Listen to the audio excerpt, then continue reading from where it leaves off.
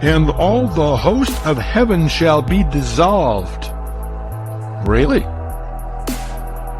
And the heavens shall be rolled together like a scroll, and all their host shall fall down, as the leaf falleth off from the vine, and like the fallen fig from the fig tree.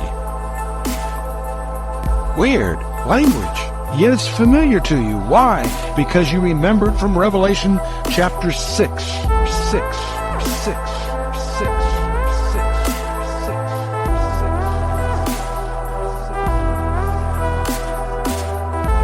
And what intrigues me the most is this whole idea of the heavens, roll up together like a scroll.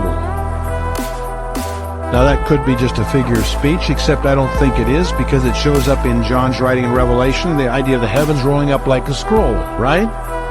The mathematicians speak of space and matter as being the result of space being uncurled and stretched out. It's interesting that Maimonides, a Hebrew sage writing in the 12th century, he's a Kabbalist, not a Kabbalah, but a Kabbalist, a mystic in terms of the Hebrew text.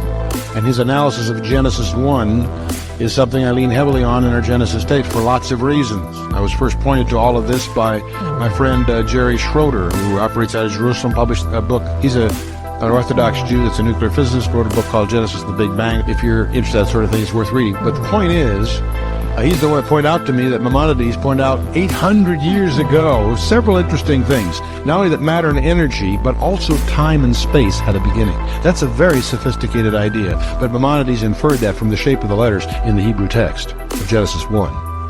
He also came to the conclusion from Genesis 1 that the universe has 10 dimensions, 4 are measurable and 6 are unknowable.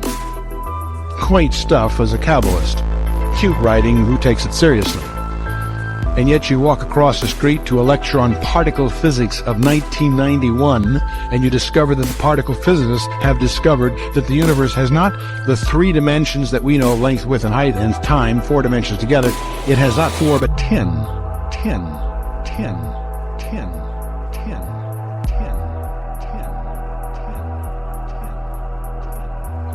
4 of them are measurable. Length, width, height, and time. We can measure those to a certain extent. The other 6 are unknowable because they're curled in less than 10 to the minus 35 centimeters.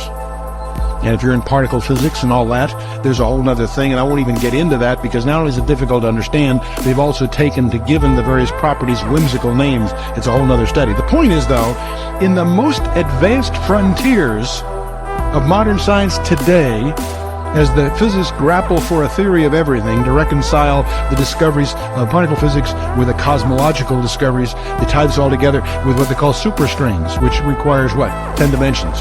The same conclusion that Maimonides came to 800 years ago from the text of the Torah in the book of Genesis.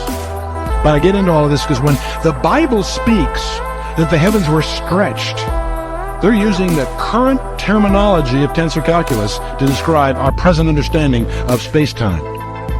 So that's another thing. I won't worry with all of that further, other than to make you sensitive that if those of you that have an aptitude and interest to get into this area, you'll discover that we're finally catching up with the diligent students of the Torah who took the Torah seriously.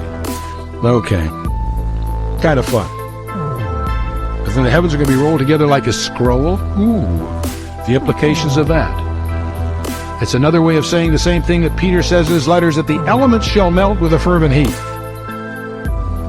Yeah, I love that stuff. We go into school and we learn about negative and positive charges, right? We know that like charges repel and unlike charges attract. How many have learned that in school, right?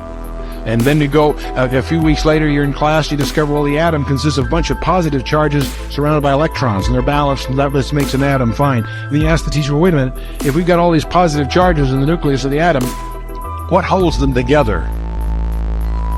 They don't know. They have very fancy ways of hiding the fact they don't know. And one of these times we'll get into a particle physics discussion, but I don't want to distract us any further than that, other than to say that we know what holds them together.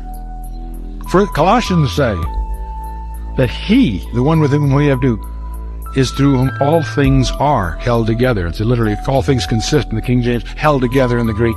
And it's interesting that there's a time when he ain't going to do it anymore.